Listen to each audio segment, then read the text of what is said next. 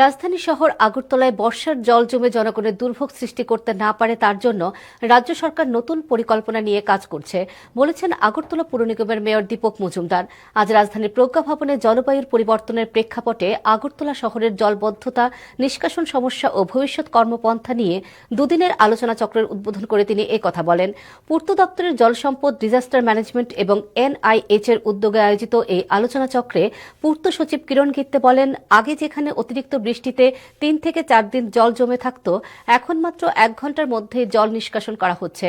বর্তমানে 17টি পাম্পের জায়গায় আরও 3টি পাম্প মেশিন বসানোর কাজ চলছে।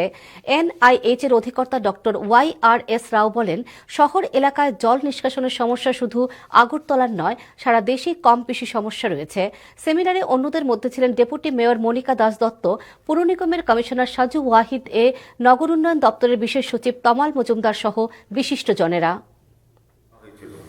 যে নিকাশি ব্যবস্থা ওপেন ড্রেন থাকলে যতটা ছিল, পর্যায়ক্রমে মানুষ শিক্ষিত হয়েছে, সচ্ছলতা বেড়েছে, সচেতন হয়েছেন, কিন্তু বেআইনি কাজগুলো সঙ্গে সঙ্গে বেড়েছে।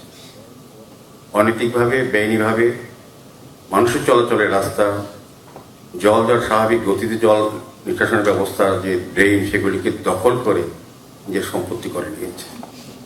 আলটিমেটলি কি হচ্ছে, যারা সরকারি জায়গা দখল করে, নিকাশি ব্যবস্থা ড্রেনের জায়গা দখল করে নিজের সম্পত্তি বৃদ্ধি করেছেন, এখন ওনারাই দুর্ভোগ পাচ্ছে। Agartala is a very clean city and it is very, very well managed. And can we develop it as a model city in the northeast?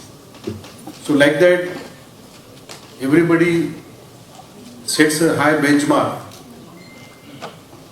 It is a fact that nowadays the waterlogging in Agartala city does not last more than 30 minutes, or even in case of very heavy rains, maybe an hour. So this is much less than what used to be maybe say 10 to 15 years back.